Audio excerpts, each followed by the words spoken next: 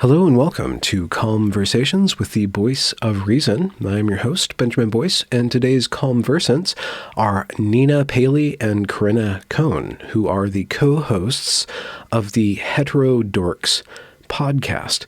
In this conversation, we speak about Nina's gender nonconformity growing up and her artistic nature and her relationship to children and womanhood and how that changed over time. And we also talk about Corinna's experience with femininity as a male to female transsexual and the different cultural zeitgeists that are currently battling it out for the souls of our youth and our culture. Be sure to check out their podcast, Hetero Dorks, links to which will be in the description, as well as to their Twitters and other various artistic and philosophical projects. Without further ado, here is Nina Paley and Corinna Cohn. Hello. Hello. Please let it work this time and let me start Audacity. Yes. And I'm just going to be recording locally. Here we go. Just your track, if possible. That's all I can do because yours is the one that's breaking up on my end. Yeah. Cool. I'll sync it in post. Yes. You'll make us look fabulous in post too. Oh, totally. Yeah, no, I'm going to airbrush every frame. Okay. Got like this little filter thing that I do with my hand. Great. Wanding. Yeah. Get some makeup on me. Who's your favorite podcaster other than yourself? Corinna. And Corinna.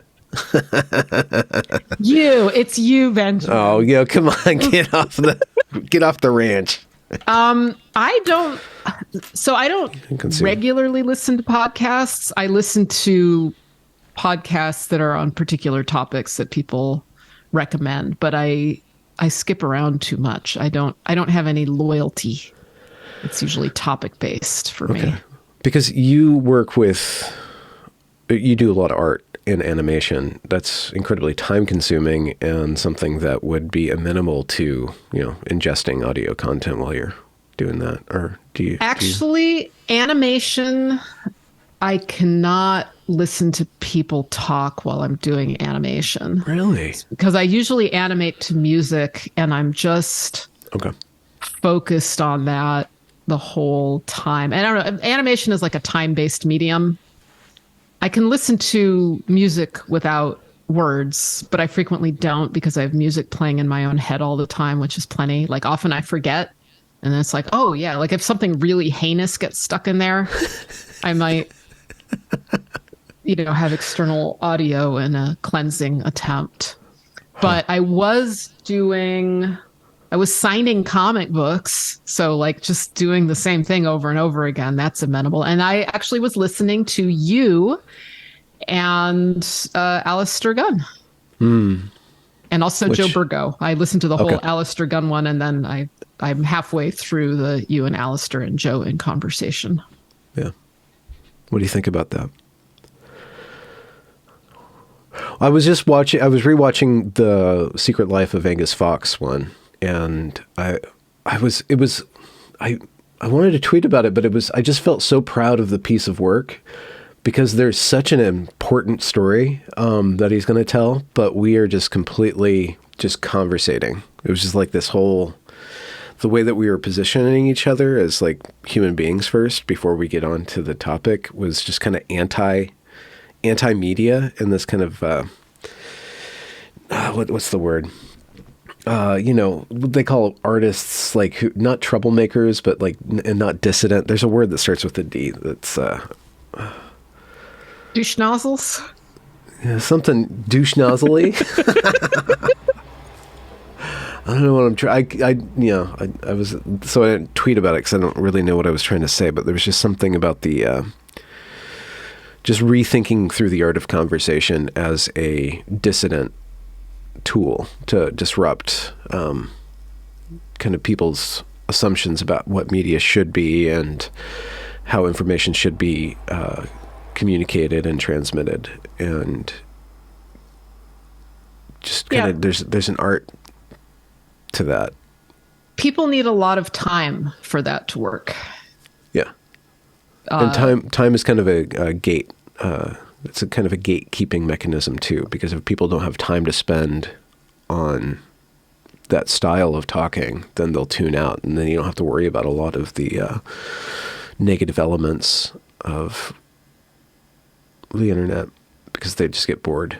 Yeah. So I did like TV news for the first time in decades, I think. And I had forgotten how concise you have to be. You're given like a minute, and you really have to think of sound bites in advance, which I hadn't thought of. I ended up doing okay, and they actually gave me 2 minutes. Ooh. Not all for me, but the segment was 2 minutes. I was really worried about it afterwards, and then I saw it. I was like, yeah, that's all right. But it's so different than what we do. How did you end up doing that? Why? What was the topic?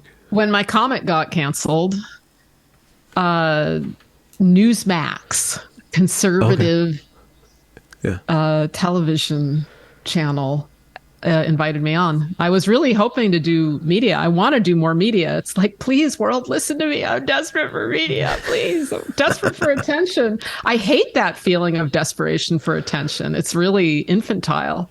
But the current project that I'm doing will only work if there's media attention. Mm-hmm. And it was Corinna's idea, by the way.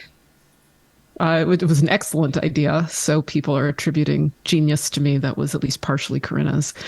But yeah, I was very eager to talk about being canceled by Indiegogo. I want people to know what these platforms are doing, because we're just sort of stumbling along while these trust and safety teams are silencing people. Yeah. And really controlling culture in a way that nobody wants, I don't think. Well, you know what? There was this thing, I think it's still ongoing, called Comicsgate, which is more about the gatekeeping of the mainstream comics press. And they're in cahoots with the mainstream comics journalism, canceling people, kind of suppressing different artists, and then enshrining shit, basically. And that was ongoing, and a lot of those artists just went peer-to-peer for their funding. They just completely skipped over the gatekeepers and did, what's it called, crowdsourcing or fundraising? Crowdfunding, right? That's the whole thing. Yeah. So actually, I was looking at some of those. And I was like, okay, what platforms are independent comics creators using? Probably not Kickstarter, because I know Kickstarter has biases already, but it looked like a lot of them were using Indiegogo. And so I was like, okay, really? I'll use Indiegogo. And Indiegogo approved it and ran it. Like, you submit your project and they approved it. And then the campaign ran in its entire length and ended at 150% of its goal. Okay. And then after it ended, Indiegogo canceled me. 2 days after the campaign ended, they sent me an email that said, Trust and Safety has determined your project does not comply with Indiegogo's terms of use. And they instantly refunded everyone. And they gave me no explanation and no appeal and no way to respond. But the thing is, they had approved this campaign. Like, if they had a problem with it, they should have not approved it. Was it because it got too big, or?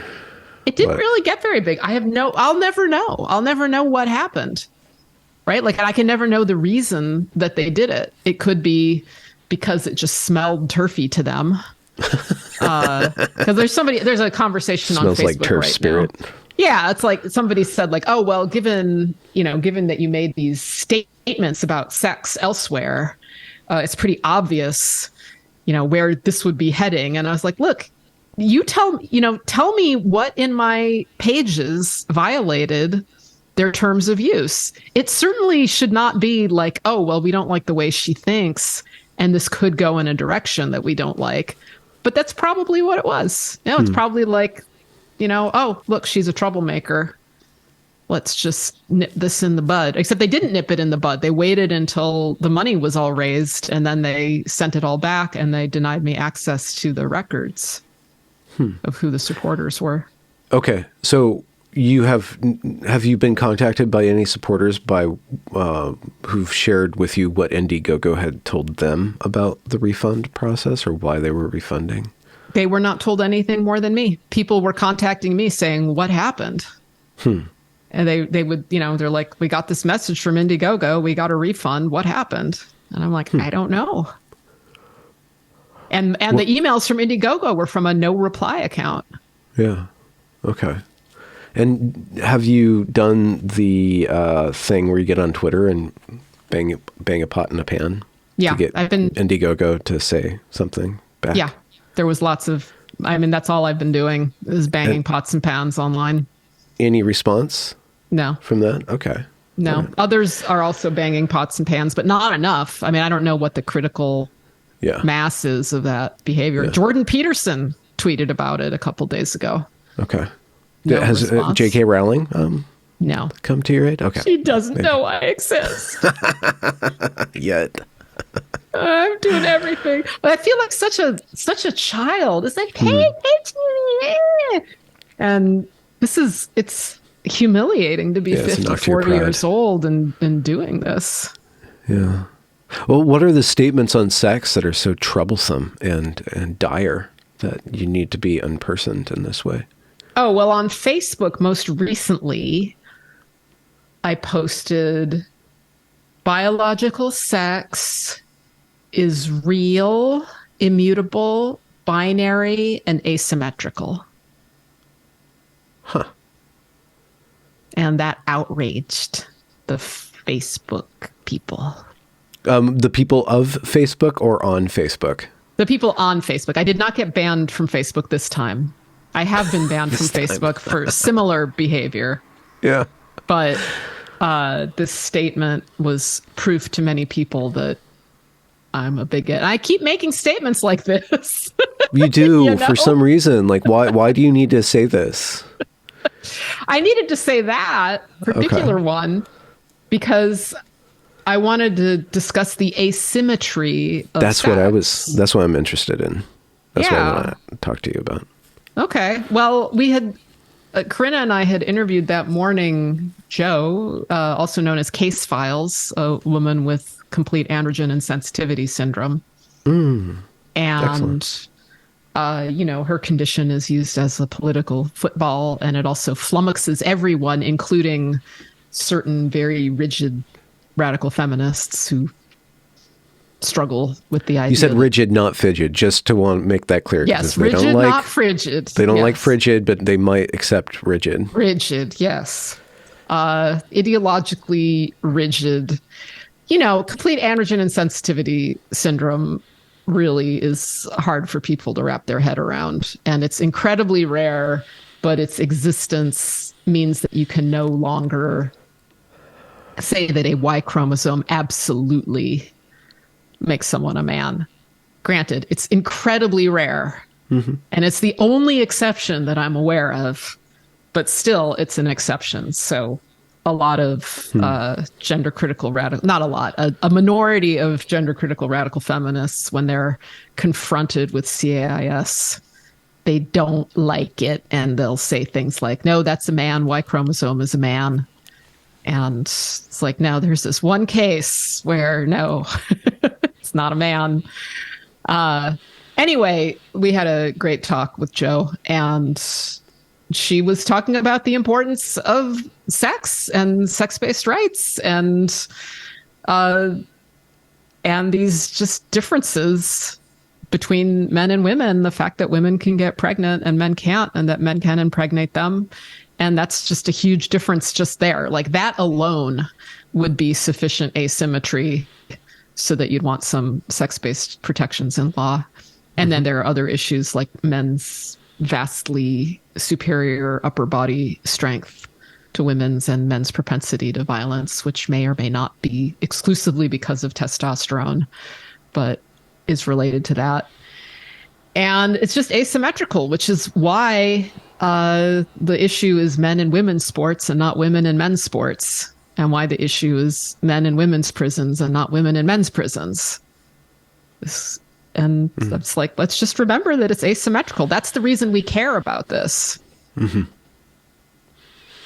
What do you think about the some people read the history of feminism as the deconstruction of asymmetrical roles and attitudes towards the sexes in culture, like in order to fix negative stereotypes themselves have been thrown out the window. In order to fix historical and perceived injustices and asymmetries of treatment, the differences of the sexes, at least in academic feminism, were deconstructed, and a push in popular culture to equalize the sexes preceded the transgender movement. What do you think, that there's any grounding to say that feminism preceded transgenderism ideologically in certain strains of feminism? Of course, feminism is not a monolith, but certain. Yeah, I mean, I would say in the popular discourse, yes, for sure. It has been hard for me in the last few years to acknowledge the asymmetry of the sexes, right? Like, I really liked the idea when I was younger that we were simply equal but different, right? Separate but equal. And that, it's not fun when you're a rebellious, independent woman to acknowledge that you have a strength disadvantage that just makes a big difference. And also, when I was young, I hated when things were segregated by sex. I hated it. Like, I should be able to play with the boys. I should be able to do the boy. I was interested in a lot of the boy stuff. And I hated being, made to socialize with the girls. Like, I hated playing dolls. It's like, oh, the girls want to play house and they want to be mommy. And I'm like, I hate that. I want to be on an adventure with the boys. At the same time, there were kinds of sex segregation that didn't bother me at all, like different changing rooms at the swimming pool and different bathrooms. Although I was really surprised the first time I ever discovered that there were boys and girls bathrooms. I was in kindergarten. No, I think I was in first grade. The kindergarten had a shared bathroom, but in first grade, we were having like our first grade day. And then the teacher said, who would like to use the restroom? And a bunch of kids raised their hands. And I was like, okay, sure. And I thought a restroom was like a room with pillows and shit, because no one ever called it a restroom. I didn't know that word. But it's like, it sounds like fun, resting in a room. And then the teacher was like, okay, you all can go. And I did, and I followed a boy. Okay. And then, it was like, first of all, imagine my disappointment when it turned out to be a bathroom. Yeah. And then also the boy was like, why are you following me? You're in the wrong place. So that was how I learned that there were separate toilets for boys and girls. But I didn't really have a problem with it. I was just confused. And then I got used to it, and I took it for granted, right? I just took it for granted. And then with the last 5 years or 7 years, I guess, of the rise of transgender ideology, I had to confront things that I took for granted and ask myself why things were this way. And it was humbling to acknowledge that actually I want special rights for women in the law. It's like, how can I justify that? If I believe in equality, how can I justify that I want special treatment for women? And the answer is like, yeah, well, we're not equal in all ways. We're just not. There's this asymmetry. We're equal in many ways. In most ways, it's like, I want to highlight that. But then these few ways that we are not equal, I don't want to throw that away for an ideological mistake. Okay. That doesn't conform with reality, you know, but it's hard. It's just hard because I grew up with so much sexism and so much idealism, and I didn't like being treated. I could tell all these ways I was being treated lesser and had fewer freedoms, and it wasn't fair. So I was just against all of that. But it's like, yeah, I guess I have seen the limits of this, simplistic approach to sexism. There are differences. And then the problem is, we don't want to amplify these differences too much. We just want to accept that there are some differences, and we have to be sensible about those differences. As an artist and as a storyteller specifically, you are in a unique position in your work to deal with stereotypes via archetype, via story, via the dynamics of what makes a good story, what makes a believable story, and how that story can be internalized in a culture and shape how people behave, ultimately shape how people envision, let's say, the differences and the asymmetries between male and female, masculine and feminine. You can refine and mature these ideologies or counter these ideologies or run these ideologies through a narrative process to show people in a way that only a story can, the falseness or the goodness of different conceptions of male and female. And actually a lot of your work, some of the work that I've seen of you that is just mind-blowingly awesome, does have like gender things going on in it. You did the one, what's the Indian Sita sings the blues, the Ramayana. Sita, yeah, Ramayana. And then there's this little brilliant freaking music video you did with the soldiers like killing each other throughout time. I can't remember what the song is. This Land Is Mine. This Land Is Mine. It's so good. I'll link it in the description.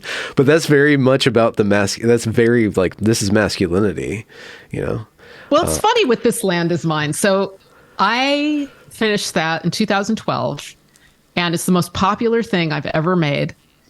Millions and millions of views to that thing.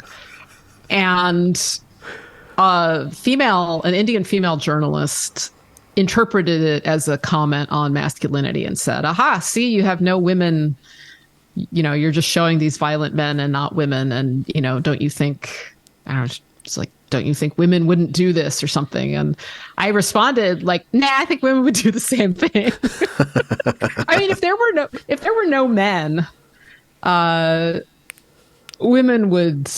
we would not live in this like peace and love society, because women are still human, and humans are violent. It's just women would find ways to fill those roles themselves and not with men. But also I think that there is so many women have supported wars that it's not like all women are anti-war.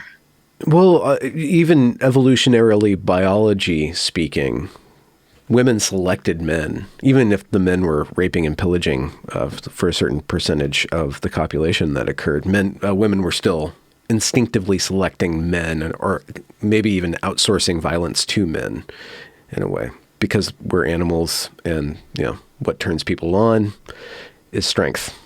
So I have this weird hypothesis. Oh, cool. That supposedly early humans, prehistoric humans, were like taller and healthier and stronger than they became, right? Humans got like shorter and smaller and weaker, and that's attributed to agriculture for the most part. The thought is that they had better diets and lifestyles prior to agriculture. I wonder if with the advent of civilization, which agriculture is a part of that, if there was simply so much capturing of women, like whenever there were wars or raids, that men would kill the men and mate with the women. Yeah. But they would not mate with a rebellious woman, right? Like if a woman fought enough, she would die. So I wonder if there was selection going on for weaker women, which then, smaller, weaker women, which then would make a smaller, weaker species. Huh. That's my wondering. Well, yeah, I mean, it's a very plausible bottleneck. But yeah, in terms of selecting, I don't know. I mean, we were dimorphic before, I guess.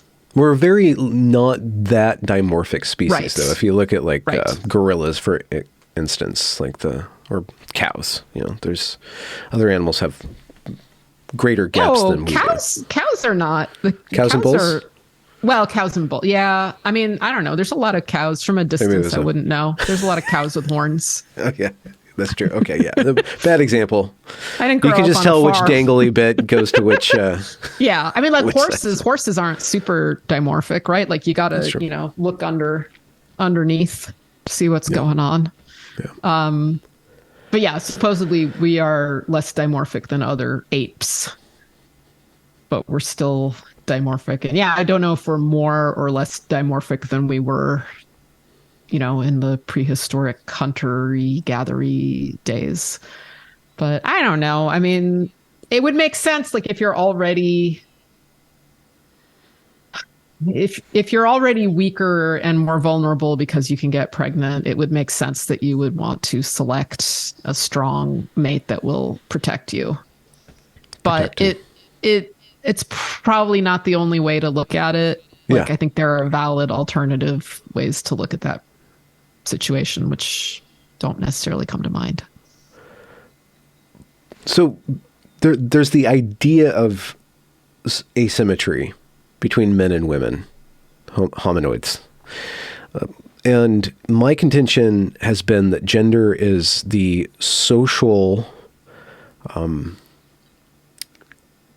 kind of contract between men and women that regulates the behavioral differences in a positive or pro-social or antisocial way, and that cultures will always invent gender, and that if you do kind of believe that there are these archetypes or something in our brain has patterns to it that are like stories. We have male masculine ideas and feminine female ideas just kind of baked into us, and that those are expressed through culture, through even just like Madonna. If you look at Christianity, like there's something about Madonna, not the puffy Madonna of modern day, Botox Madonna, but yes. The statues and the saints that are depicted in the Christian narrative when they turn their ideas into images. There's something about motherhood and femininity that is being communicated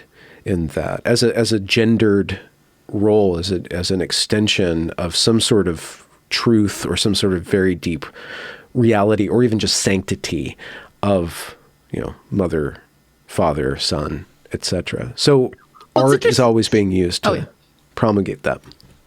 I mean, it's interesting that you say motherhood specifically, because motherhood is a real thing that I have never done and am never going to do.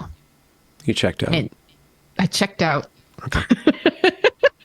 I had a hysterectomy. Oh, wow. A couple of years ago. Yeah, I had like massive debilitating fibroids. And it was a real mess. And so I'm sorry, what's fibroids, since we're venturing fibroids are non-cancerous tumors that grow in your uterus. Or if you're extra lucky like me, you get one the size of an orange in your cervix. Oh, geez. Okay. Yeah, it explained a lot of pain that I had lived with for a long time. Oh, you got that Kool-Aid guy crashing through your womb. It was not good. And then I was, starting menopause, so this tissue was dying. Like it didn't have enough estrogen to sustain it, so it was going necrotic. I was very ill. Wow. But I never wanted children anyway. I never wanted to be a mother.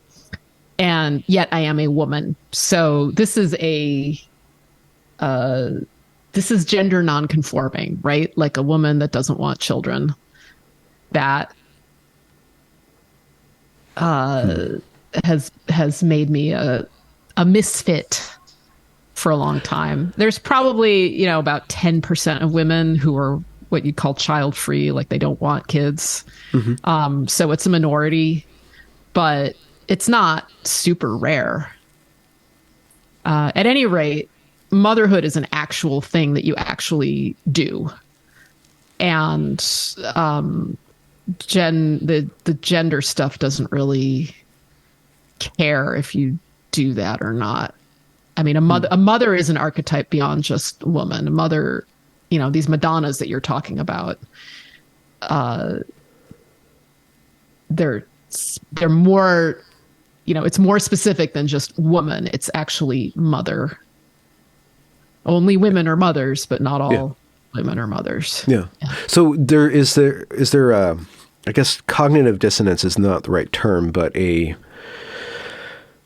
realizing or choosing not to be a mother puts you at odds somehow, or there is a tension between societal expectations or even internal expectations and this idea of motherhood. Like, so there's this tension or maybe a struggle. Yeah. How did that play out, and how did that impact you or form you or cause you to develop? Oh yeah. I mean, it made me very angry as a young person. The pressure on young women is just huge. And it's like people were offended by my not wanting to have children, and they expected me to be motherly. Like, I have many reasons for not wanting to have children, but one of them is it's like a primal orientation. Like, you're supposed to find children attractive. I don't mean sexually attractive, but adorable, right? You want to squeeze you. Yeah, I know. The expectation is, especially for women, less so for men, but for all humans, we're supposed to look at babies and go like, oh, I want to hold it. Oh, I want one of my own. Oh, it's so cute. And I do that with cats and kittens, but human babies repelled me. Really? And yeah, especially when I was much younger. I just wanted to get away from them. They were like scary little aliens, or larvae or something. And I wanted to be away from them. And, it's like, yeah, that's weird. Like, what the hell was wrong with me? That ain't natural. That is not conducive to the survival of the species. So what is going on? So I had that reaction, and I knew it was socially unacceptable. Yeah. I knew that I was not supposed to be like that, and that it was embarrassing for my parents if I expressed that, and that I just should not be that way. And I felt very alien, and it was just being super outsider. Since then, I've come up with a sort of Jungian friendly explanation for that. Cool. Okay, so... Or maybe, how did you stumble upon this? Was there an insight or a dream? Or no, just lots of bad batch of MDMA or something? Lots of thinking over the years. Yeah. Okay, so part of it was reading, I think the book is called The Extended Phenotype by Richard Dawkins. You know that book? So the idea is that, organisms evolve, they co-evolve. And he used the example of cuckoo birds. So the cuckoo... the cuckoo will lay its eggs in another bird's nest, and then the cuckoo chicks will be irresistible to the other birds. Like, cuckoos don't raise their own young. They're parasites. And the other birds will, the other chicks will get kicked out of the nest. And these birds will be raising these cuckoos and just devote everything to these parasitic cuckoos, because there's something about cuckoos that's just freaking irresistible to other birds that makes them more irresistible than their own chicks. And I thought, that's a little bit like cats. Cats and me, right? Like, cats are so cute, and I will happily worship them and devote my life to them. So that was... So you were stamped as a cat lady from the beginning. I was what? You were stamped as a cat lady from the beginning. Well, no, it's not really about cat lady, but I was thinking about how what cuckoos do is they hijack what I call the psycho-reproductive system of other birds, right? Yeah. And cats have hijacked my psycho-reproductive system and that of many other people, including people that also love babies. But cats are working it, right? Like, there's this system that's already in place. And the cats use that in a way. It's fine with me. I'm happy to do that. So I have all these ideas about culture. And I have, I am happy, sometimes ecstatic, to devote my life to art. Art creation is frequently associated with reproductive energies, right? Like, was it Freud that talked about sublimation? The idea that when you create something, you are sublimating your sexual energies into art. So it's not definitive, but let's just follow this, that there's some sort of common energy source in both procreation and artistic creation. So, and I sometimes personalize my artistic drive as my muse, that I have a muse. There's some thing that wants me to create, right? There's like ideas in the ether and I'm capable of manifesting them and I am useful to them. I can call it culture also, like, because I think of culture as a living organism, or it's like culture is alive and it lives in us. I don't think of human beings as like independent things and culture is like something we make up. I think that it's a symbiotic, where we live in symbiosis with culture, which we do not understand, and we don't study like it's a living thing. But to me, it is a living thing. Yeah. So here I am,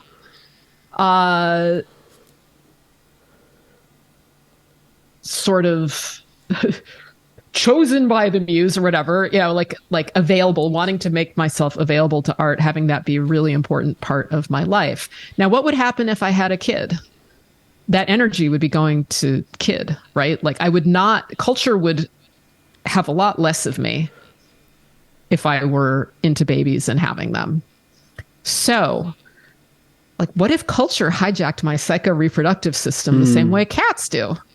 Like, it needs that energy. It has to be available for it for me to create stuff.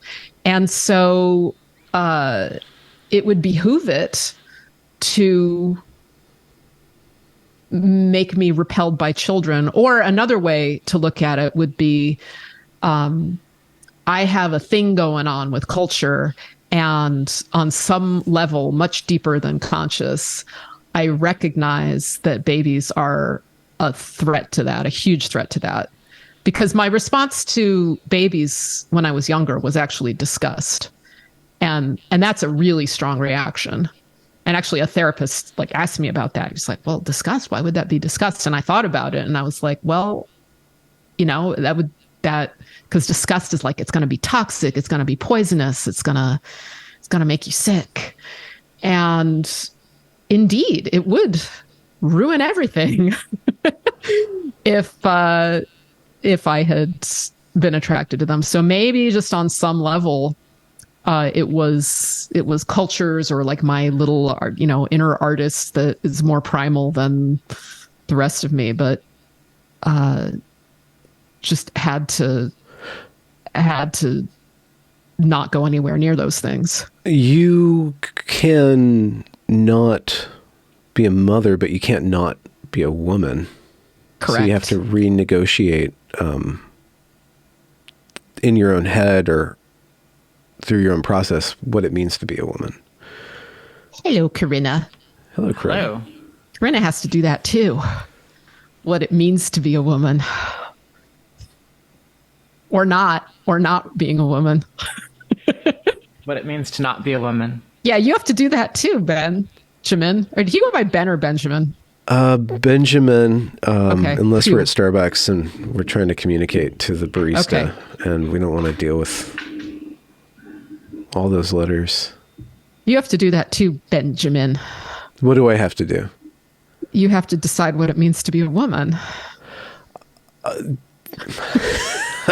Well, I don't know if that's my responsibility to do that, but I know that I get along with women, and that women hold a special place in my heart, or a special priority in my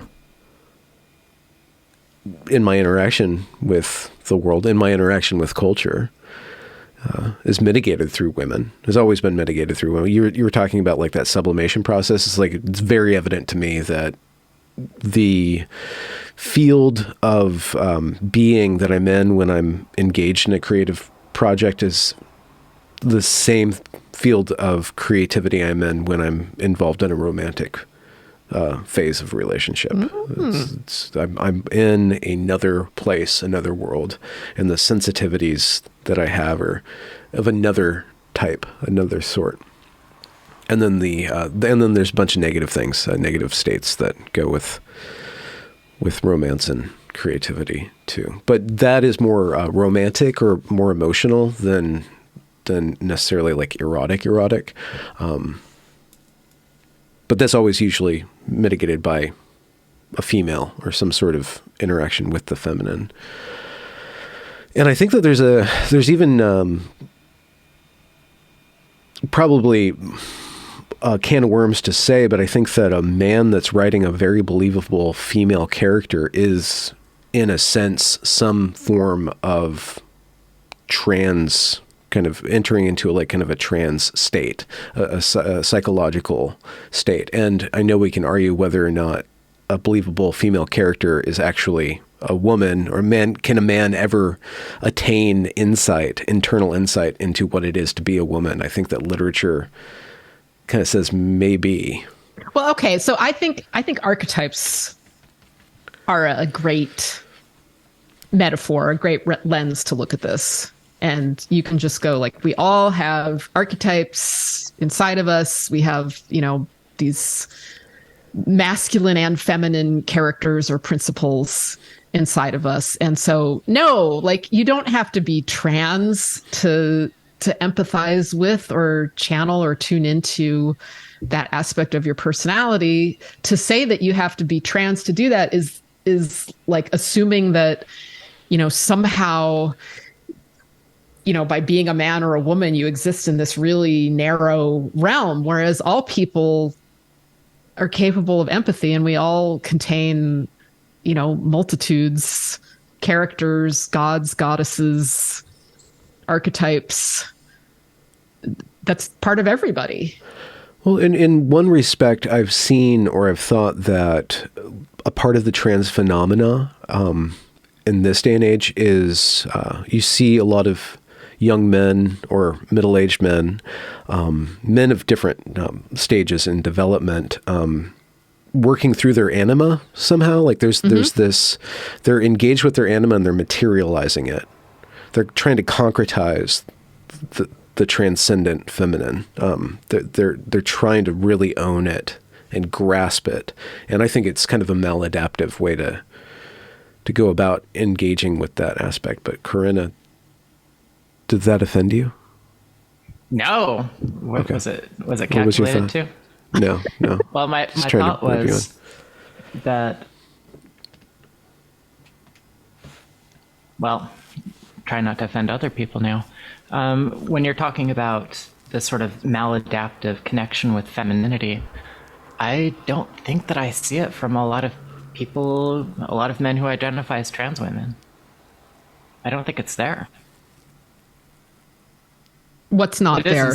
It is in some cases. Anything that would be something that we would connect to femininity, anything that we'd understand as being part of the feminine archetype. I'm seeing that less and less today. What are you seeing? Well, a couple of things. One is there does seem to be a form of sexual orientation, whatever we want to call it, where acquiring the trappings of the opposite sex is one of the drivers, and that possibly on a more complicated basis, that making women acknowledge that individual as something that they're not, some sort of power dynamic that seems to be involved in transition, seems to be another aspect of that sexual orientation, whatever we want to call it. And that many of these individuals who I'm seeing who've transitioned in the last 5 years or so although they may dress more from the women's rack than the men's rack, they don't seem like they'd be people who'd be out of place at all. If they were dressed, if everybody was dressed in sackcloths, I don't think that they would have anything that would distinguish them from just a ordinary, mostly typically straight man. What do you think is facilitating this kind of this group that you're talking about, or why is it ascendant in our culture? In my opinion, it is because the barriers to achieve that form of expression have been eroded. If you go back 20 years, anybody who wanted to transition would have to successfully complete something called the real life test, which is that they were expected to start or undergo transition without even the aid of having hormone replacement therapy or any surgeries. And that the purpose of that was to see how well that individual could integrate into society as a member of their target sex. So in other words, they're the opposite sex. But that sort of, they call that gatekeeping, but that sort of process of trying to see how well a person could integrate or assimilate as the opposite sex, that doesn't even exist anymore. And it's been replaced by so it's the expectation's no longer on the individual to try to assimilate. The expectation is now on society, largely women, as we see this particularly in areas like women's sports, that the obligation now is no longer on the individual, it's on the members of society in order to pretend that that person is their target sex. Everything has shifted. We hit a tipping point, and everything has turned around. Yeah, it just seems like expression of male entitlement for the most part. It's very masculine. What is male entitlement? I hear that term. What do you mean by that? It's the idea, it's the assertion of male dominance. So here we are back to the asymmetry of the sexes. It makes some evolutionary sense for women to be submissive. It makes some sense if you're in a class of people that is 50% less upper body strength and is less violent than the other class to submit to that class. And because women have achieved some legal rights and more equality in Western societies than we used to have, they are performing less submission than maybe they had to in the past. And so there might be a primal animal compulsion for men to dominate women, to, establish their supremacy over them, to violate their boundaries, to force them into lying right in front of them, to force them to say what they want you to say, to perform some sort of obeisance. I think that's what I mean by male entitlement. But there's also one fascinating thing is that you see a lot of the elite women-centered institutions all lining up behind the trans phenomena, and yes, and it's women voluntarily doing this. Yes, like they're the trans maidens instead of the handmaidens. In a way. So what's that phenomenon? I have many thoughts about this. Like I said, it is a rational strategy to submit. Right? Like you have this class that's stronger than the other class. And some of them, this is why I say that we're never going to smash patriarchy, that we will struggle with patriarchy, we will struggle against patriarchy, but you cannot smash patriarchy. Because let's say, I don't know, 50% of the women are like, we're going to smash patriarchy. Well, they've just opened up an enormous niche for women to use a different strategy to get ahead, right? If 50% of women have just removed themselves from this pool of cooperation, then women that decide that they will cooperate or collude, each one of them is going to get twice as much reward as they used to get. Right. So it's like it's a fine strategy to collude and handmaiden and things like that, especially when there are other women that are not doing, like, every woman who fights this is like increasing the resources that you're going to get when you suck up. Well, yeah, you suck up to your oppressor. If you look at the dynamics around the J.K. Rowling pushback and the women that go that fall on the side of J.K. Rowling is a transphobe, they get to grandstand. They get the attention of the men who are following them. But then you also have men who aren't going to transition, who are just kind of the male feminist thing, which is another, like, the sneaky fucker strategy. It's like, well, I'll side with the strong women because then they'll tell me what to do, and I'll just, I'll get some, and big payoff. Like, all I have to do is be a dick online, which is kind of easy that I'm taking care of. The sneaky fucker, that is a cuttlefish. It's a technical term. Yeah, it's how the smaller male cuttlefish manage to mate. It is a technical term. Yeah. Anyway, it's rational, like, because a lot of us angry feminist types we despair over the handmaidens, but it makes sense. They're behaving rationally. I've done that when I was younger. I would look for niches when, like in high school or college. It's like, okay, how do I compete with other women for male attention? And,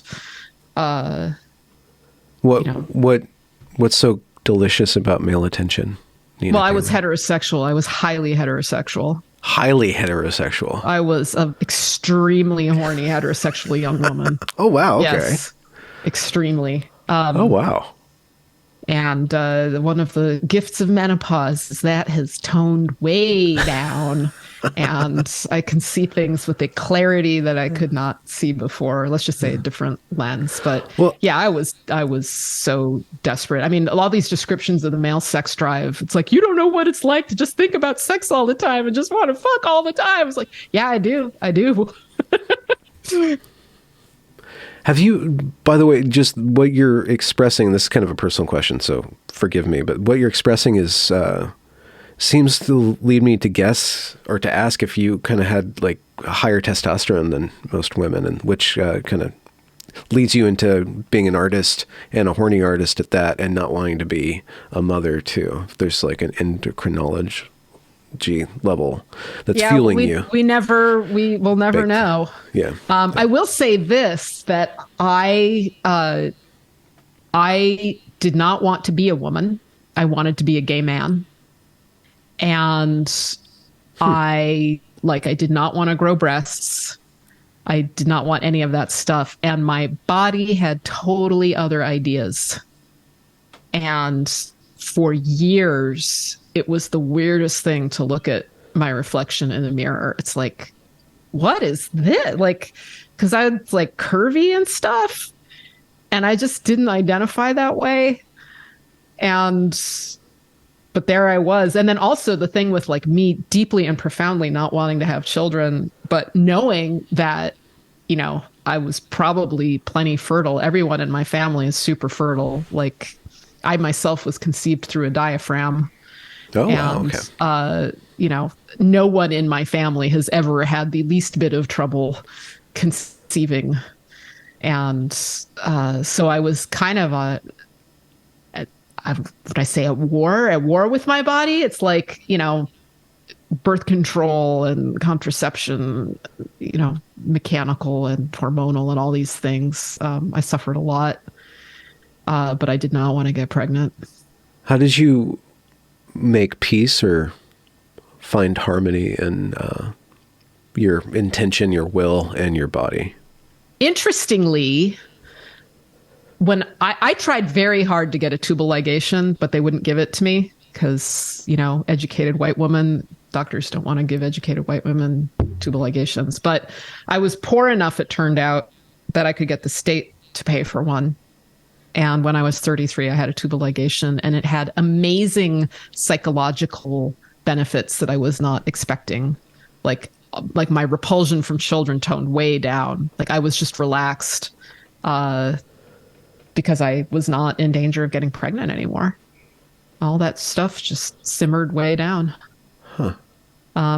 That, is probably not a great thing to say when, I am highly opposed to unnecessary medical treatments, and especially in children, in underage people. But granted, I didn't even start asking for one until I was 25, right? Like only by the time I was 25, and that hadn't changed. It was like, okay, now I'm going to pursue this.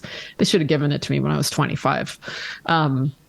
They should have done it when you're 16, Started you on testosterone. They shouldn't have done that. And I'm glad. Oh, yeah. I'm glad this shit wasn't around when I was a teenager, because I would have totally gone for it. I was also extremely you depressed. and Buck could be just like this right now if you could be sisters. Transistors. Transistors. So how did you negotiate womanhood in your art from that point of view, from those really strong feelings of desire for males, and yet... Oh, I have an answer. I lived in the Castro, San Francisco. So, when Castro? The Castro, the gay neighborhood in San Francisco. So from 1991 onward, for 5 years, I lived there. And when I was 8 years old, I refused to wear skirts or dresses or anything a boy wouldn't wear. And I kept with that. And I lived in the Castro, and boys wore that stuff. And I found drag queens quite liberating. And I was like, oh, yeah, I can do drag too, can't I? So I spent a year doing drag. I got a wig and makeup and really went over the top. Wait, woman face or man face? Put on woman face, yeah. Really? But I didn't think of it as woman face. I thought of it as makeup, as this feminine stereotype that I had contempt for, right? Yeah. But because I was male identified, the drag queens gave it a kind of legitimacy that I didn't give it. And anyway, I figured I would try it. And I had a year of adventure. And when that year ended, I stopped doing the full drag stuff, but I was left with just more comfort with my body, and more comfort with a lot more, a broader range of gender expression, shall we say. That then I was able to be comfortable in a dress or in women's clothes and doing that. It was a mysterious year. Yeah, that's like a reprogramming kind of adventure where you are pretending. Well, I'm sorry, you're not pretending to be a man, but you're expressing masculinity, and then pretending to express, and then expressing femininity in a very closed, almost what? I wasn't a drag performer. Form. I was not a drag performer, right? When I say I did drag, what I meant was, for me, wearing makeup, because I never wore makeup before. For me, putting on the wig, putting on the makeup, putting on the women's clothes, it was a performance, but I was not doing it on a stage. I was going out in the world. Doing what? Like walking around? Walking around and going to things and, socializing, but people wouldn't recognize me that I knew. And did you change your voice and your bearing and your gait and kind of study or hyper feminize your my gait was different because I wore high heel shoes. Those change your gait. Yeah. The clothes change it, and also, I remember the first time I saw myself, the first time I did it and saw myself in the mirror, I was like it's like I was a puppet. It was like my body was a puppet and I got to control this puppet. That wasn't me. It didn't look like me. But yeah, somehow after doing it for a long time, I inhabited more femininity afterwards. Huh. Everyone should do that. Everyone should do drag for a year. What caused you to stop calling it drag, what you were doing? I really wasn't doing it. I mean, drag was with the wig and the makeup and stuff like, where I looked so different, people wouldn't recognize me. Why did you just get tired of that, or was there? Yeah, it's a lot of work. Yeah. And I didn't do it all the time. I did it sometimes, but there was just sort of a kind of integration that happened. And then I would just be, like I had really short hair. I buzzed my head, not shaved, but, went over it with a wall clipper. So it was like that long. I don't know. I mean, I just looked around me and it's like sometimes I would put on eyeliner, like just eyeliner, not the whole drag face, but just a little bit. I've completely stopped doing that, by the way, but there was like a little period. And then, I would be comfortable in dresses after that. Like if I wore a dress, it was just clothes. And somehow before it felt weird, but it didn't feel weird afterwards. Can't really explain it. But yes, young people, spend a year in drag. That might resolve a lot of stuff for you. And art. And art? Like working through, having a conversation with gender through art.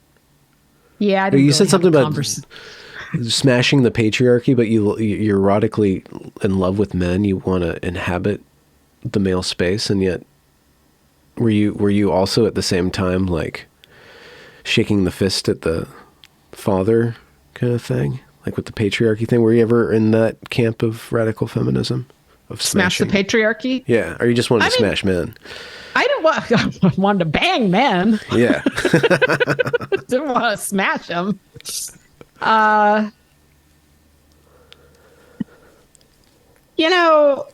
I wrote an article about this time in my life. It's called My Sex Positive Memoirs. It's on 4w.pub.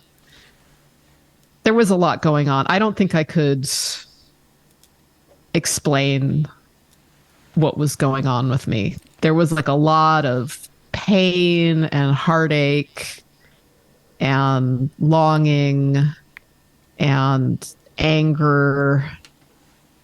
There was a lot of stuff going on.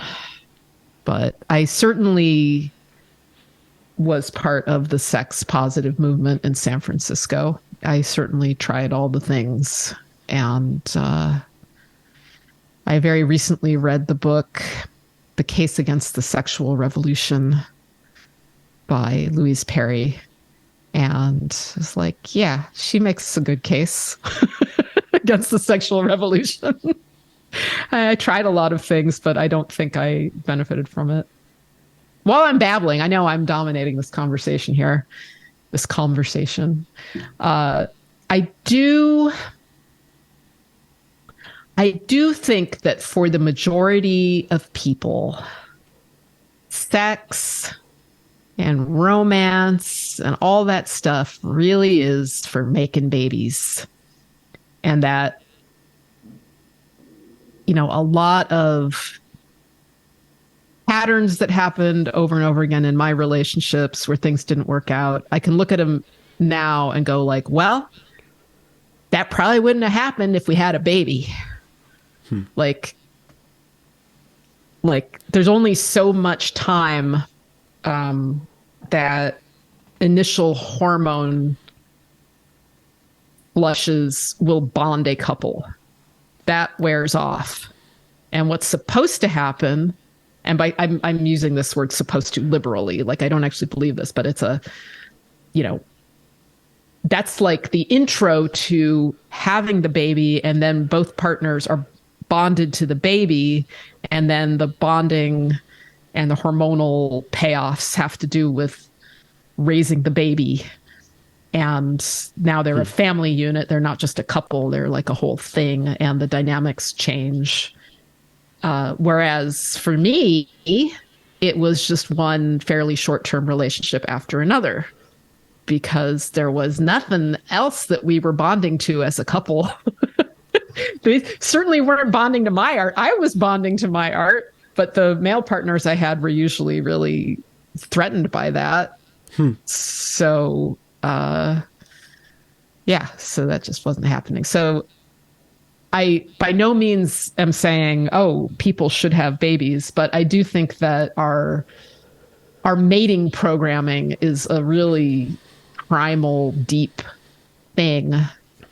And it resonates with a certain pattern that includes having babies. And when you go off of that, you're on your own.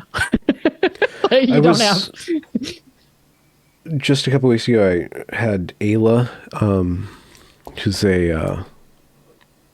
she describes herself as a sex researcher now. She does a lot of research around it, and she's also been able to be very successful with OnlyFans and other internet self-produced pornography. So she's kind of that person. And then I had her in dialogue, if dialogue's kind of a generous term, with Megan Murphy, who's a radical feminist, and the topic was trying to get to the ethics around porn. Like, should we ban porn? Like, why is it wrong? Is it bad for society? And it was kind of a train wreck of a conversation because they had such disparate ethical frameworks and styles of communicating those ethical frameworks. But at the end of the conversation, we were talking about sex. I tried to introduce the concept of without the child, without procreation, like, is there any ethic to sex at all? Like, without that anchoring sex, does sex have any meaning, any ethical, moral meaning? If you take that out, and both women, I phrased it in such a way to ask if they wanted to have babies, and they both said no. So they were both outside of the procreative aspect of sex. So their opinions on sex are going to be not tethered in the same way as a more traditional or conservative point of view, or a point of view that is about engineering in society such that it refreshes the persons in that society, and then does so in such a way where the children get a good childhood. They get the energy from the father and the mother, and those dynamics are tuned. So it's a different conversation when you bring babies into the equation of sex, and sex just means something else when you leave that off the table. And then a lot that has to do with gender also changes too. One of my intuitions is that the relationship that popular culture has promulgated between a woman and her body through easy access to abortion, through liberation of woman from motherhood and from wifehood, has kind of left us. It's had some benefits, but also has some costs. There's some costs to society when we disengage from expectations of men and women behaving in a certain way. I think we're struggling with that, and this gender phenomena, this gender ideology is kind of a manifestation or outcropping of losing that anchor. Is this a way of getting around to the accusation that feminism is one of the root causes why we have the gender ideology that we have right now? I brought that up earlier. Did that. Well, I want to hear Corinna. Corinna, does that resonate with you? I'm listening. I have to close the door. Well, if we have an opportunity to blame women, of course. Well, if women have an opportunity to dodge blame, they're going to take it too. So, it's a double-sided coin, that one. When we look at how this ideology managed to enter institutions, I think that it did so under the cover of a form of feminism. I think the big mistake here is the composition error, that we think that just because some people who call themselves feminists support a certain viewpoint, that means that all feminists support that viewpoint. And I think that leads to a lot of misunderstandings in the sort of discussions that we have, where some people say, oh, this is all the fault of feminism. And we haven't even bothered to define what feminism is, except that I think for a lot of people, feminism is just a catchphrase or a catch-all to describe a liberal ideology that isn't familiar to people who have a more conservative outlook. I don't know if either. Well, Nina, you'll remember this because I think we're both senior to Benjamin. But back in the 1980s, you look confused, Benjamin. I'm sure I'm older than you. Corinna looks freaky young. Okay. Okay, maybe we're the same age. I was born in 1975. Oh, you're 1 year older than me then. Okay, fine. You're my freaking senior. All right, then you might remember this if we're only a year apart. Back when George Herbert Walker Bush was president, back when Bill Clinton was president, that was the starting phases of the right-wing populist media with Rush Limbaugh. And feminism was a very big punching bag for people like Rush Limbaugh. Yeah, feminazis. Yeah, he had segments on it every day. Yeah. Yep, and that conception of feminism, which was, I think a fair description of it is whatever Rush Limbaugh didn't like that day, is something that has had a lot of persistence.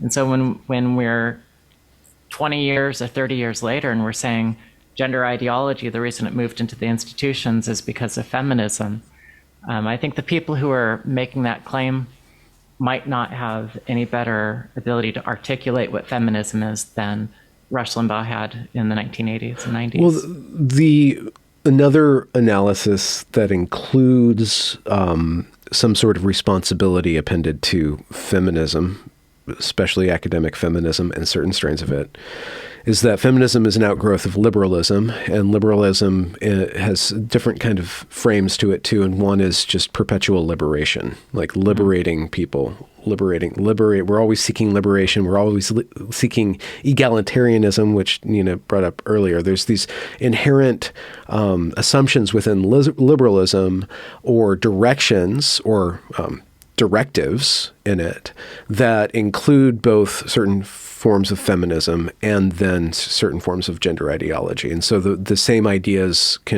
you can see operating in both feminism and gender ideology that don't owe to either of them, but are an outgrowth of previous umbrella, being liberalism.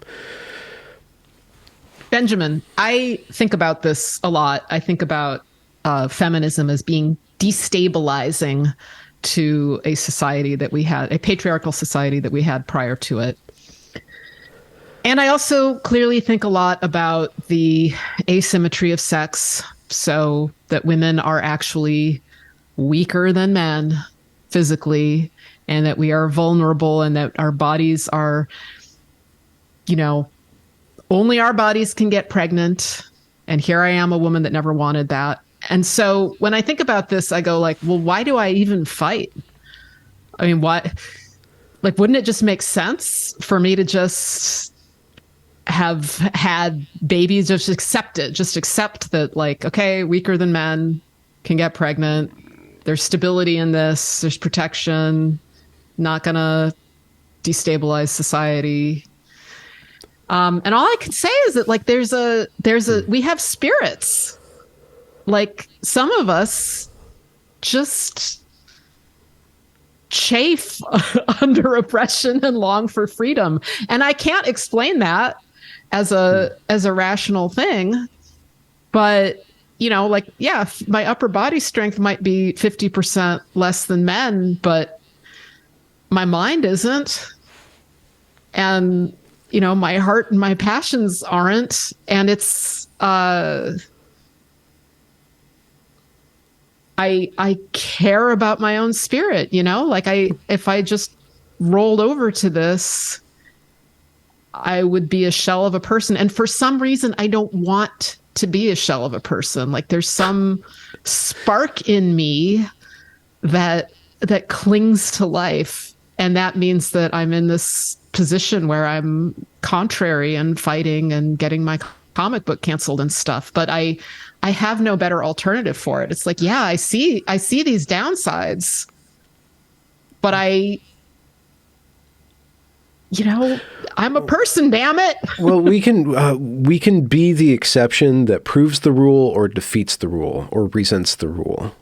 And you can be exceptional and that I use that term broadly. You can be exceptional and you can resent the order that is and tear it down, or you can see yourself as bound to it as a critic or as somebody who can see it from the outside, right? You can bring special knowledge to it. You can reflect it by being outside of it, or you can see it in a different point of view. And that artistic freedom is one thing, but the activist freedom is the other. So I'm trying to formulate that there's an artistic way of being kind of the outsider, bringing things to what's inside. And then there's this kind of activist thing that is outside, doesn't want to be inside, and then wants to tear down the system, wants to smash the patriarchy or something like that, rather than serving the normal order and bringing it new ideas and showing it that, the normal order doesn't like new ideas. People don't like that. It's funny because like what I'm consistently praised for the most is what I'm also hated for the most. It's the same thing. What is it? Anything, any quality I may have, right? Like, my honesty. Some people hate that. My integrity. Some people like really admire it and they're like, oh, Nina, like keep doing what you're doing. But that's exactly, like the fact that I'm not willing to call men women. That is an expression of my integrity, and people hate that. I don't really see art and activism for me as separate things. Like, I just want to make art. I want to say certain things, right? I wanted to make my turfy comic book, right? Because I just wanted to, and I wanted people to be able to get it. And that is very upsetting to some people, but it's not like carrying a sign or going to a protest or even though people are very provoked by me, my goal is not to provoke them. Like, that is not what is motivating me. Yeah, Corinna doesn't believe me, but it just doesn't. It doesn't motivate me.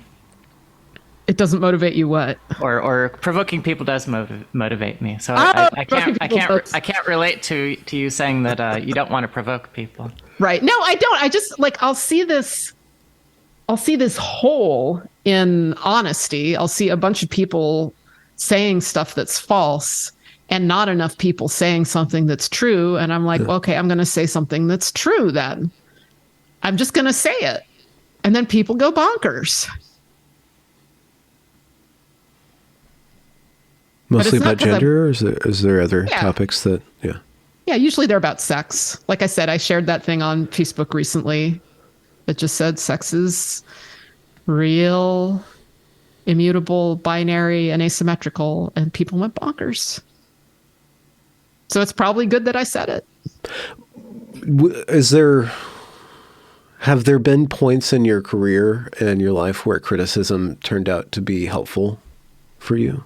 Or pushback? Have you? How has your relationship to that changed over the years? Pushback. That's a great question.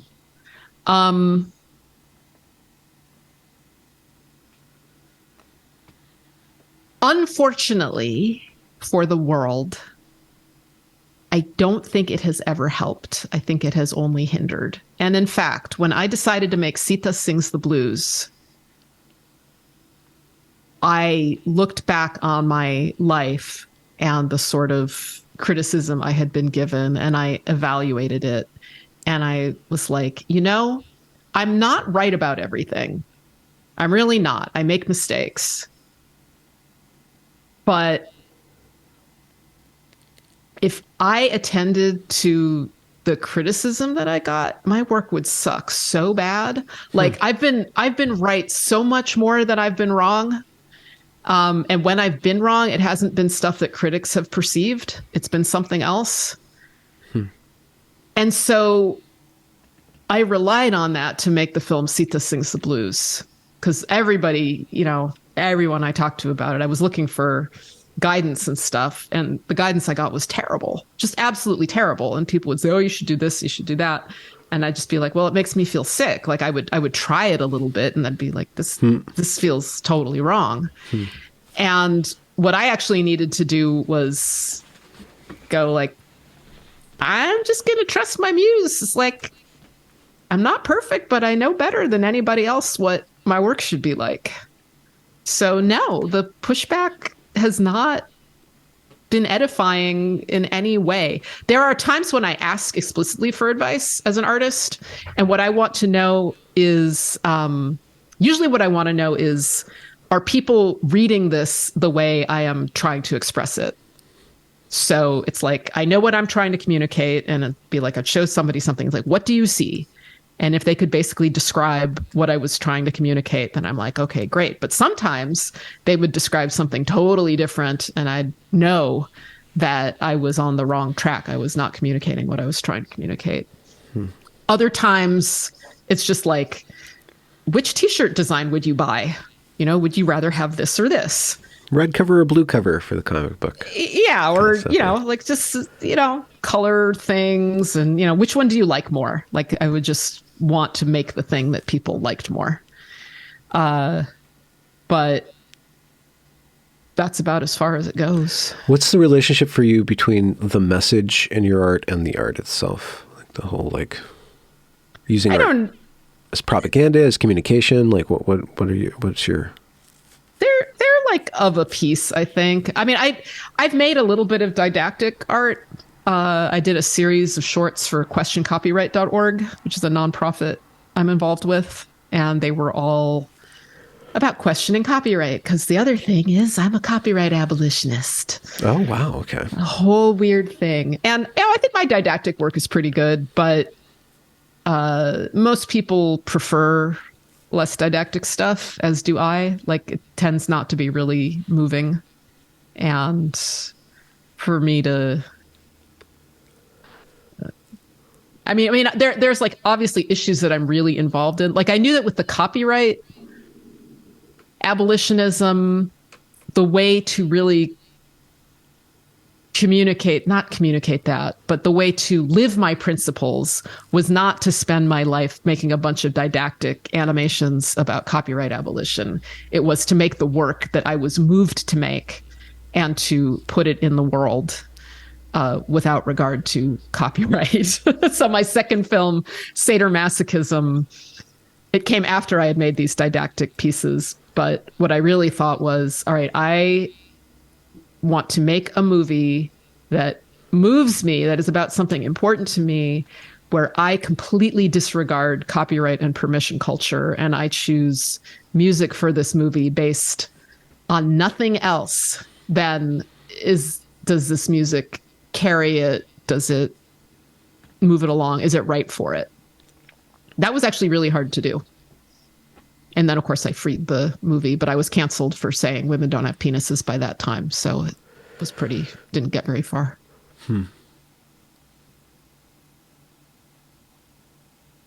What's Sadomasochism about? As my second feature film, it's about Exodus and Passover. And This Land Is Mine is the last chapter of Sadomasochism. So you should watch the whole thing if you like This Land Is Mine. Okay. And boy, it has a lot of stuff about gender and sex and goddess and god archetypes and the change from goddess worship to male god monotheism.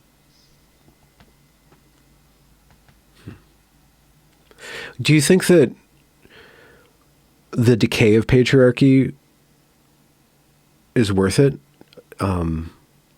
The order that would shame men into not behaving as they are now, and would guide men with the consequence of also guiding women. There would be more social control under a straightforward patriarchal order. Maybe more than a matriarchal order, but I don't know how we define that.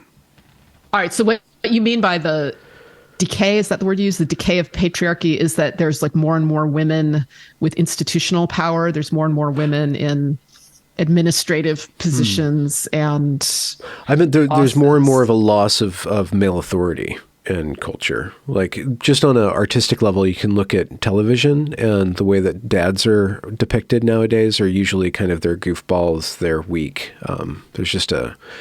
There's not really a strong male that's very much allowed nowadays in much culture. So just that decay, and without that strong male authority, there's consequences. There's more freedom. The kids can get away with a lot more. There's more delinquency, but also, women can, possess positions of power too. So there's kind of a trade-off. It doesn't seem like we really dive into the trade-offs of fiddling with the culture as we have.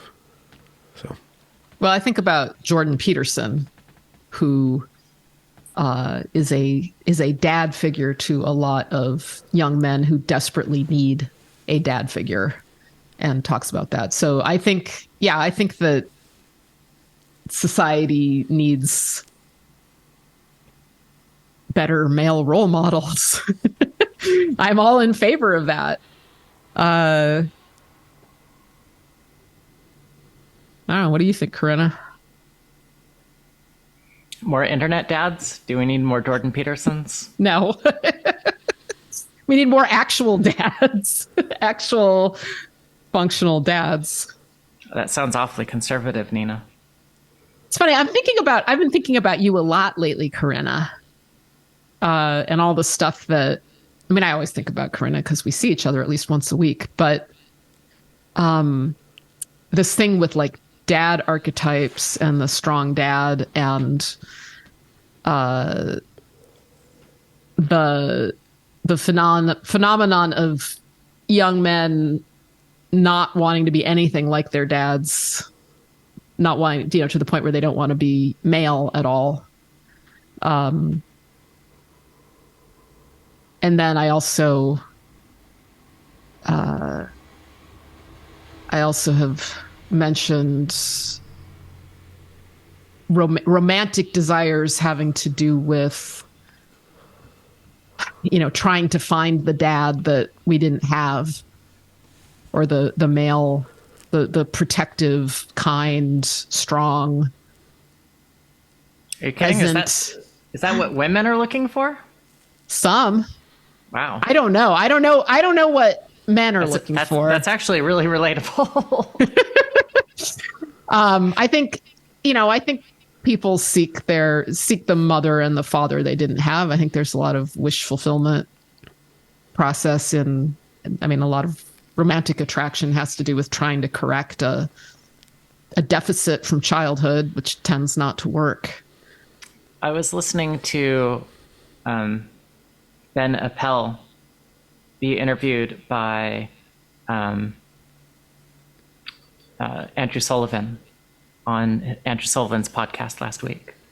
And Ben Appel had related that when he was a young teenager, that his mom was getting divorced, and that his mom had used Ben as an emotional support, in a sense almost like a replacement husband.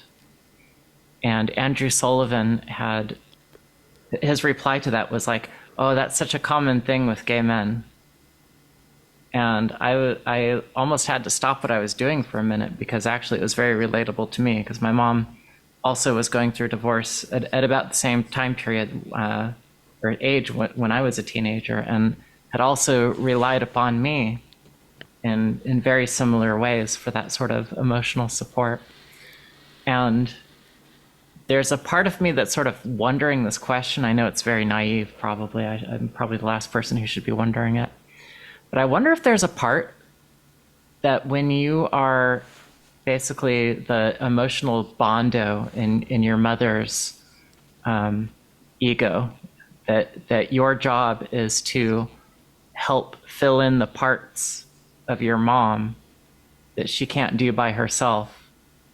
And I wonder if there's something about that imprints on your psyche in a way that maybe you would be gay anyway, but maybe I wonder if that's something that you're sort of a substitute mom in some ways, because you're parenting your parent, you're parenting your mom, And I wonder if that's something that makes wanting to have a male partner feel, I don't know, like the parts click in better.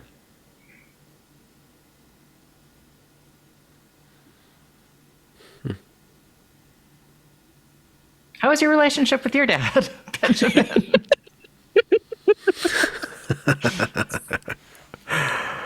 It's good. It was rocky for a bit there, but it's good.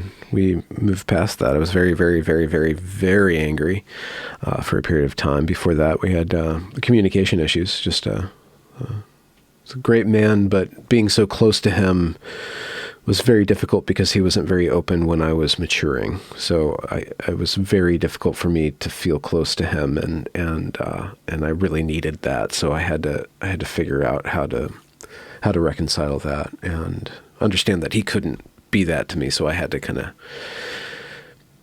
find that on my own, find that fatherhood or the father inside of me. And it was really interesting when I ended up going to Evergreen when I was 36 and I got on campus and girls started treating me weird.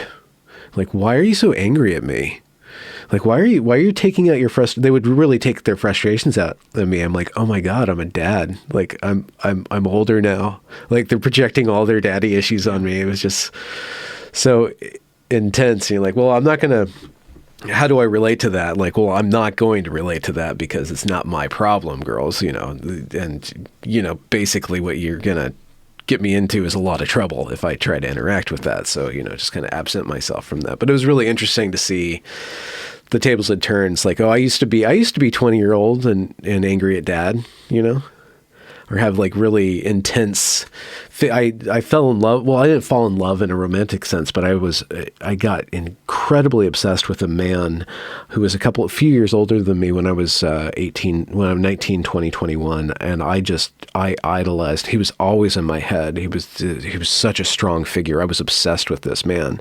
It was kind of really embarrassing. And it just kind of overtook me to such an extreme degree that I think that was me trying to find a father that I wanted, right? Trying to select the father. And this man was, it was very, very philosophical and he was a very intense, very philosophical man. He had a lot of personal power that was really understated. And so like, I gravitated to him psychologically. It was really intense. It took me a while to like understand that, but that was part of my breaking away from my father or trying to fill the gap of my dad.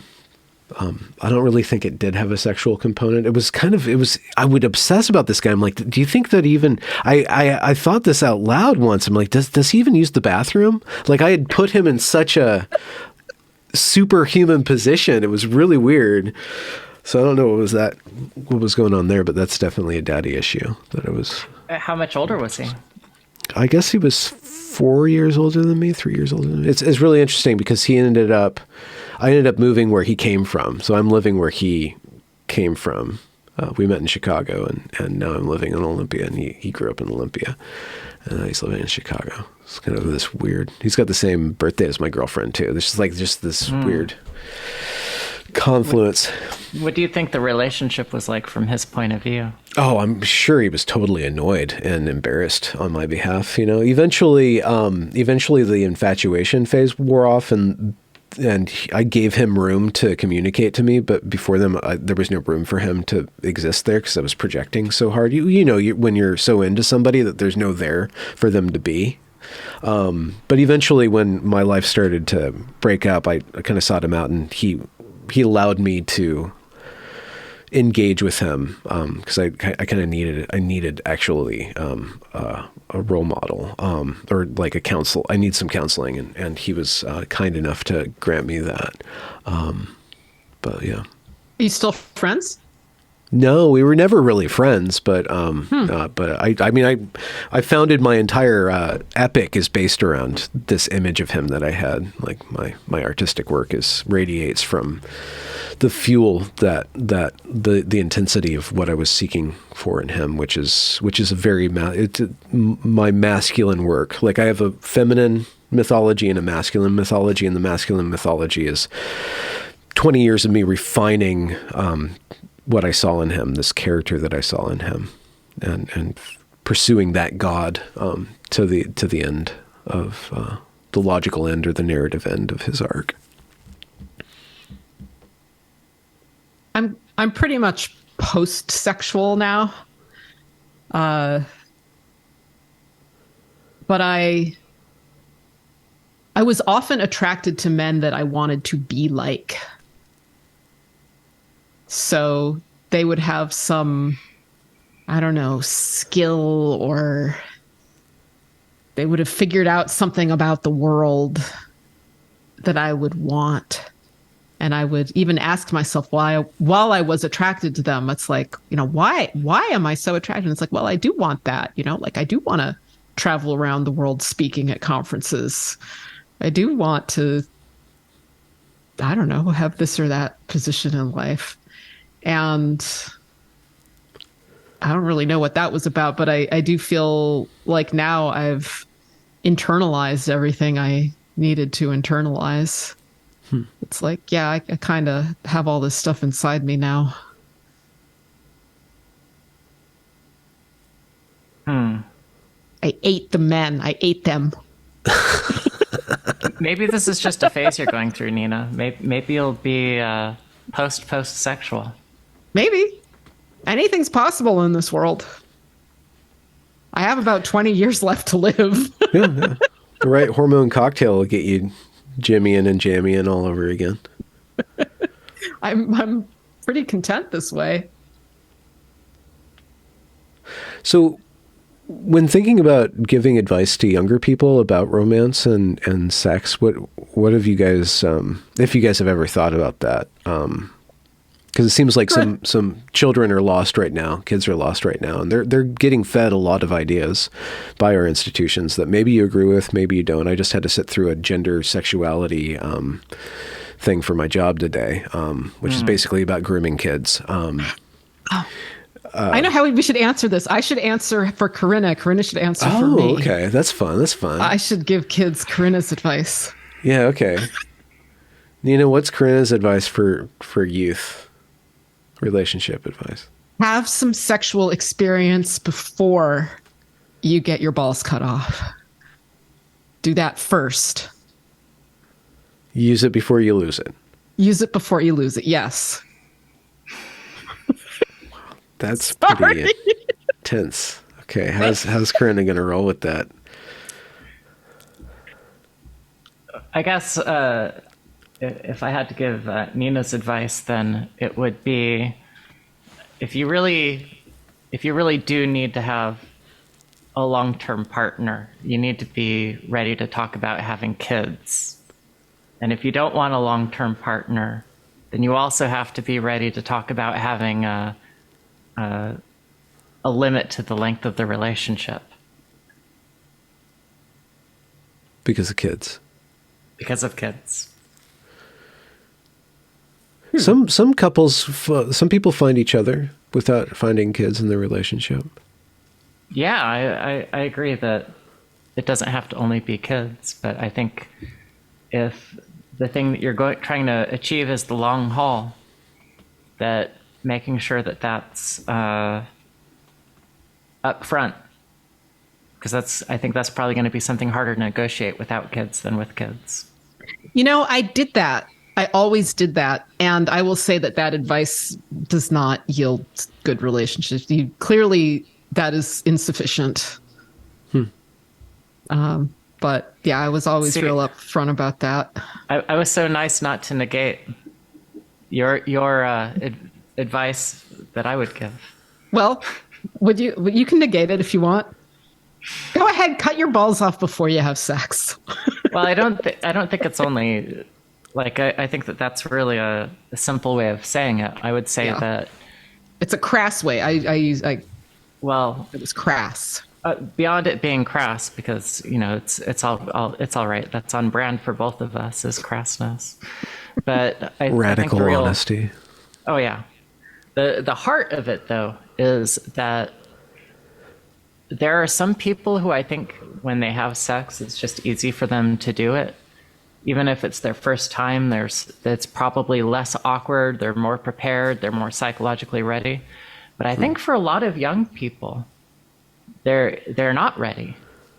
And it's not going to feel good or okay or satisfying the first time or the second time or the fourth or fifth or ninth time.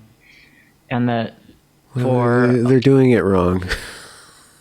Well, they might not be doing it. Okay, they might be doing it wrong, Benjamin, or it could be that they don't have enough trust with their partner. It could be that they have too much anxiety to enjoy it. There could be all sorts of things that make it so that they're not really ready to have that physical bonding experience, but that they shouldn't necessarily give up on trying to find somebody who they are physically compatible with, because it might take a few times to find that person. And even once you found that person, it might take a few experiences before you have the amount of trust and communication with before that sexual experience is good. And you shouldn't take your first couple of experiences and your takeaway from those of that wasn't what I wanted it to be. That shouldn't be the basis of your rationale for radically changing your body. It might just be something that you have to do a number of times before you learn to do it in a way that's enjoyable for you. Also, don't cut your balls off until you've tried this a few times. Yeah. And for me, I don't think there's any advice that makes it easy or better.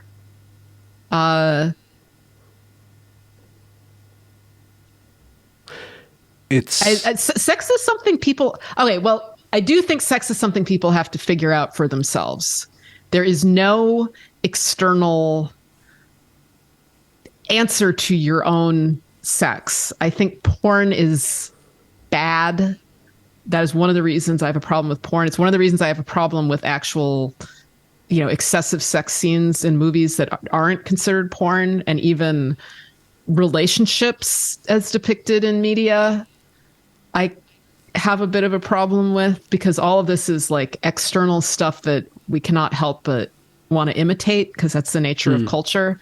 But this is something, sex is sacred in that you need to experience it firsthand. And the more media and other people's ideas about it that you put into your head, the less you're going to be able to do that.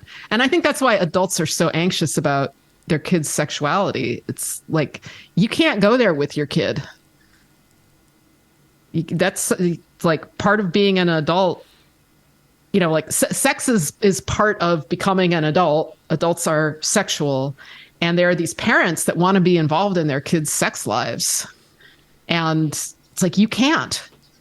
Like, sex, if your kid has to differentiate from you and has to, they're going to have sex, and that's part of that. And leave them the hell alone and let them experience this for themselves. It's for them. You can't go there with them. Yeah. I think even sex ed is just not a good idea. Other than biological stuff. It's just... Oh. Yeah, no, the biological stuff is important, but I'm creeped out by these people. They're like, we need to teach our kids about pleasure and make sure that they know and consent, how to ask for pleasure and focus on their pleasure. It's like, no, you do not need to teach your kids about that. They're going to figure it out for themselves. And, you need to show them how to not get pregnant and let them know what pregnancy risks are and that, but leave them alone. Yeah. Yeah, I think ideally it would be, for me, to young people, be as naive as possible. Like you were saying about media, don't watch porn before you've had sex, at least, right? Just stay as far away from graphic sexual depictions as possible, because the moment, the transaction, the more you're in that moment, the more that moment will matter, and the more you're going to know what to do and enjoy it. And if you come in with preconceptions, other than just like kind of fears, anxieties, stuff like that. With regard to the fear and anxiety, that is about trust, like you were saying. Find somebody that you adore. And it's not, don't isolate sex from the human being.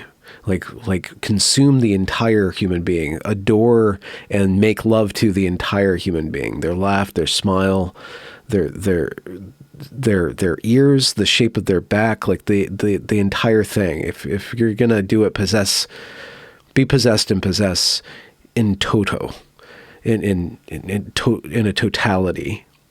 That is when sex becomes something more than just this erotic thing, this pleasurable thing. It becomes this moment where you can achieve a unity and a fulfillment of what you are as a human being that is different than anything aside certain forms of spiritual experience. Like when things happen, you're something else. You become something else.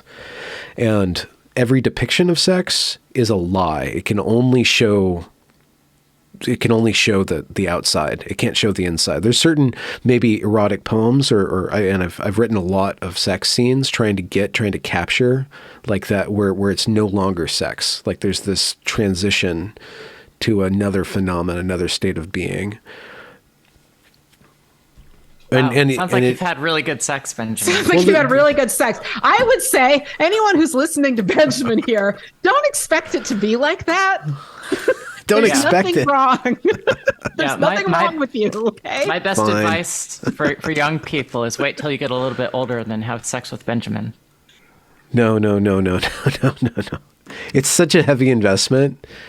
It's such a huge production that it's kind of like I don't think I can do it anymore. But I just want to put that out there as a possibility. Like great sex becomes something else. Menopause, Benjamin. Come on. Go through menopause. I'm going to get a tubal ligation. I think you can do that to a guy, right? I got tubes down in there. That's called a vasectomy, but that doesn't do anything to your sex drive. Okay. No. Yeah.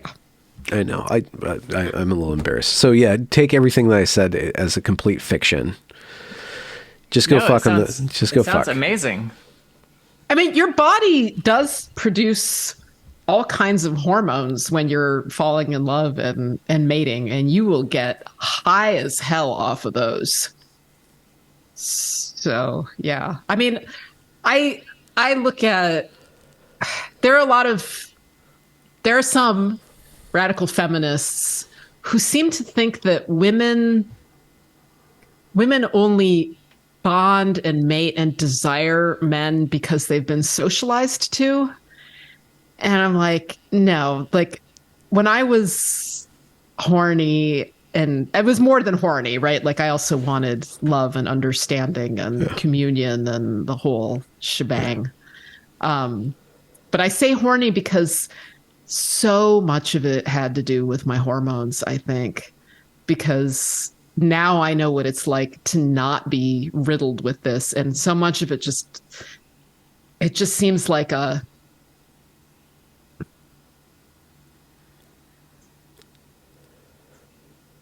it wasn't coming from me, like it wasn't coming from me, my personality, my ego. It was an incredibly primal thing that was happening that I really think is physical.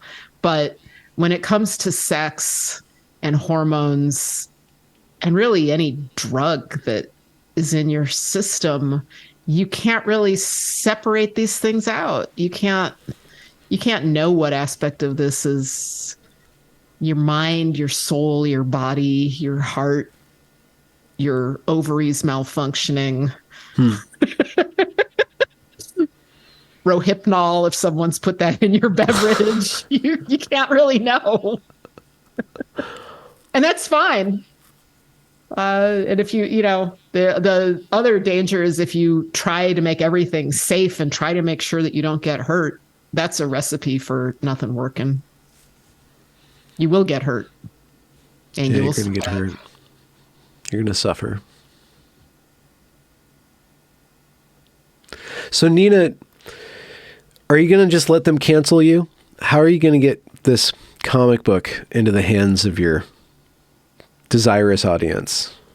Yes. Well, all dozens of those clamoring for the comic book can order autographed copies at heterodorks.com/hag.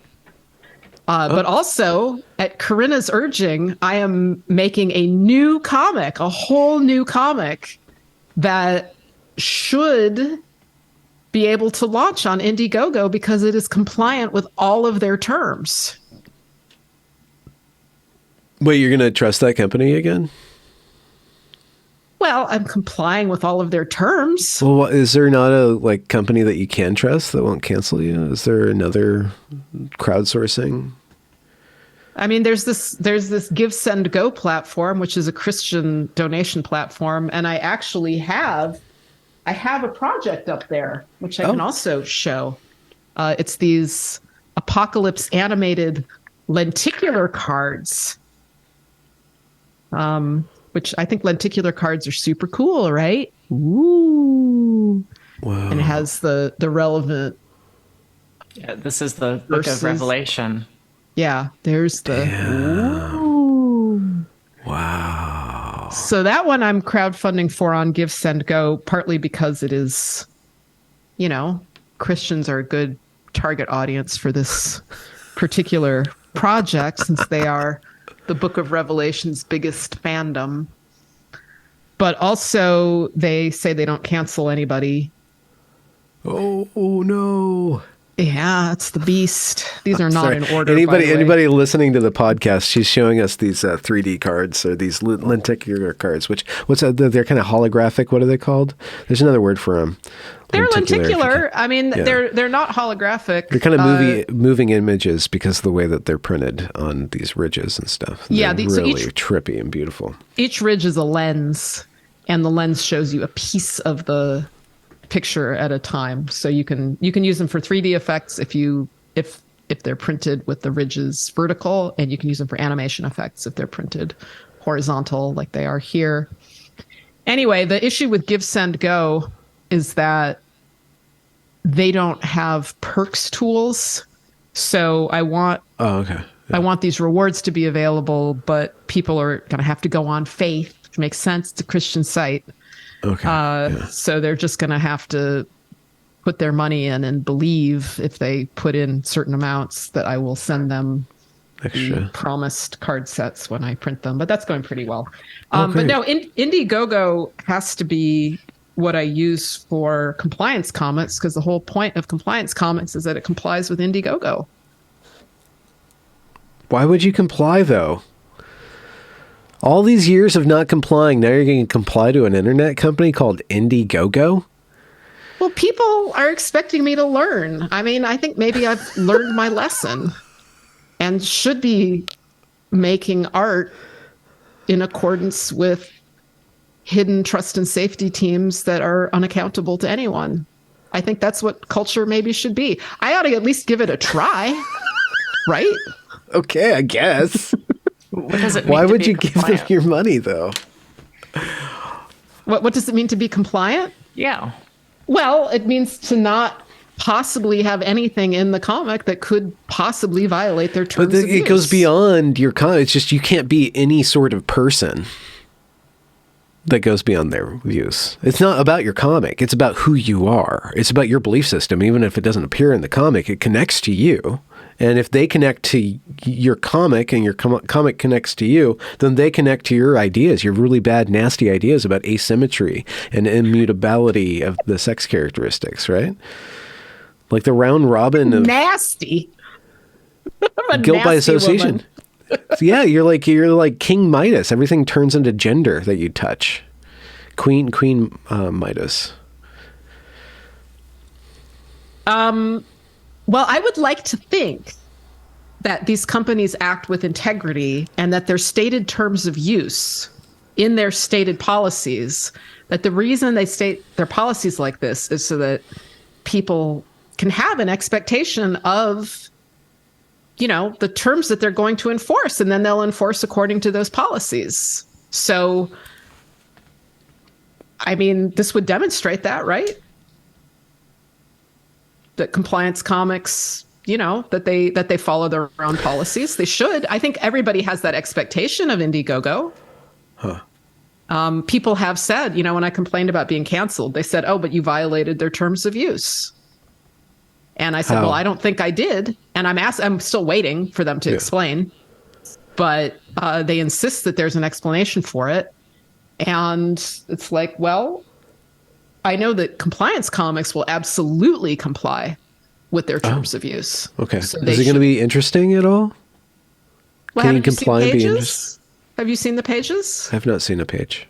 Oh, I emailed them to you. You did? I did. Or I emailed you a link to compliance, a PDF. I made a PDF just for you. Okay, so you can see compliance comics. I didn't do homework this time. Oh, shoot. What are you doing, Corinna? He's lecturing me on Twitter. He's canceling me right now. Corinna's canceling you? No, I heard some noise. No, that was me. I'm premiering. I spoke with an Irish farmer last week, and he talked about manhood and masculinity. And now he takes these ex-cons out in the forest and forces them to cut down trees that are impossible to cut down until he breaks their souls and opens them up and puts them back together again. Is there a way that we can watch? Yeah, we should actually wrap up the recording now. I mean, is there a way that we can watch Irish ex-cons cut down trees? Oh, you actually want to see the sexy Irish ex-cons cutting down the physical trees. I don't have any footage of that, no. Corinna, you should do that. You should do that program. If it really works, if they break you down and put you back together. I'm going to have to, first of all, learn Irish, which is no small feat, because they don't pronounce the letters right. And then I'd have to commit a crime in Ireland, which I'll have an opportunity to do in a couple of days. Oh, yeah, you guys are going to Ireland now. I'm going to go to Ireland, it looks like, in the end of August for a GenSpect showcase. I'm going to be the chief interviewer of all the funky people out there. Should be amazing. But you guys are going now, so you'll get exposure. Maybe you'll find an ex-con to chop down a tree for you. I bet. No, Corinna should be able to Corinna should get an opportunity to chop down the tree. You know, I can't build muscles because I don't have testosterone. You have muscles. Your face is moving as we speak. I can't build up the big tree chopping muscles. Yeah. Okay. Yeah. I'm gonna have to go and just gently pull up little saplings. In a frolicsome manner. But apparently, even the really brawny guys are not able to chop down these trees. No, it's really hard. He goes. There's a whole story about it. No, don't feel bad about it, Corinna. I'm not feeling bad. I'm only feeling bad that I'm not going to get to watch. You can hear the story. It's on my YouTube channel. It's premiering right now. But let's wrap up the recording. Heterodorks podcast. Where can people find your work, your mutual work, and your individual work, Nina and Corinna? Heterodorks.com is where you can find the Heterodorks podcast. You can also find it on Spotify and Apple Podcasts. Yeah, wherever your podcasts are gotten from, it'll be there. And is there a Nina Paley website, or you do everything through the Heterodorks branding now?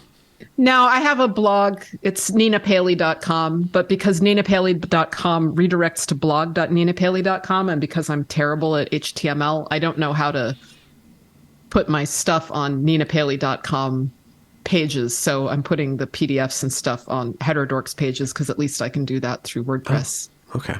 Interesting. What a conundrum. And Corinna, you're only active on Twitter and this podcast then, huh? Do you have a Substack or something like that? I do have a Substack. It's corinnacohn.substack.com, and I need to do some more writing. Yeah? What do you need to tackle next? Oh, I'd like to write a little piece about why I don't use non-binary pronouns for people. What is a non-binary pronoun? Well, the most typical one is they and them, which is that a man or a woman or a boy or a girl has requested that the people around them alter their use of grammatical English to replace sex-based pronouns like he and she with a neuter pronoun like they or them. But I do not do that. But I need to write out why. So that's a project I need to do.